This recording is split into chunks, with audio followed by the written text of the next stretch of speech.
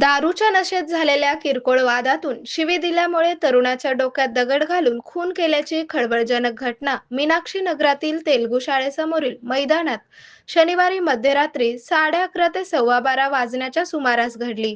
खून करणारा तरुण रविवारी सकाळी 10 वाजता स्वतःहून MIDC पोलीस ठाण्यात हजर झाला. त्याला अटक करण्यात आली आहे. महेश गुरुसिद्धप्पा सावळतोटे, वय 21, राहणार सिद्धरामेश्वर नगर, अक्कलकोट रोड, MIDC सोलापूर असे खून झालेल्या तरुणाचे नाव आहे.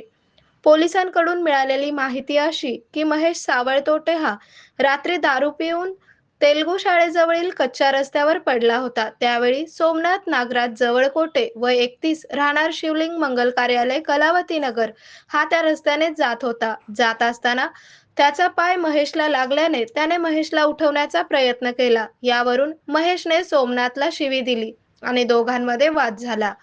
एकमेकांना शिवीगाळ करत त्यांनी दगडफेकही केली. दरम्यान एका व्यक्तीने मध्यस्थी करून वाद शांत केला. यानंतर सोमनाथ जवळकोटे हा तेथून जवळच असलेल्या मैदानात उघड्यावर शौचास गेला.